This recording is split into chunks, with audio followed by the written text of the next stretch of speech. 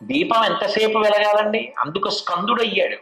ఇప్పుడు కటిక చీకటిగా ఉంది, నేను దీపం వెలిగించాను అనుకోండి, దీపం వెలిగించిన ఉత్తర క్షణంలో ఆ ఒత్తి వెలగగానే ఆ చుట్టూ ఉన్న చీకటి పోయింది. నేను దీపాన్ని పట్టుకుని నా మెడలో రుద్రాక్షలు ఎక్కడో జారిపోయేయండి అని వెతుక్కోవచ్చు. ఏమంటే దీపాన్ని పట్టుకుని నా పుస్తకం ఎక్కడో పెట్టానని వెతుక్కోవచ్చు. నేను దీపాన్ని పెట్టుకుని ఒక పుస్తకాన్ని చదువుకోవచ్చు. దీపాన్ని పట్టుకుని చీకటి వెతకగలనా? దీపం ఉండగా చీకటి ఎలా ఉంటుంది? దీపాన్ని పట్టుకుని చీకటి వెతకలేరు. దీపం పట్టుకోగానే చీకటి తొలగిపోయింది. సుబ్రహ్మణ్యానుగ్రహం కలగగానే ఆయన స్కందుడు అని అందుకు పిలవబడ్డాడు. దూకిన వాడు ఎట్లా వస్తాడో, మాండూక్యోపనిషత్తు అంటారే కప్ప దూకినట్టు, అట్లా ఆయన అనుగ్రహం కలిగిన వాడికి ఉత్తర క్షణం ఆలస్యం లేకుండా శ్రేయస్సు ఎందు బుద్ధి కలుగుతోంది.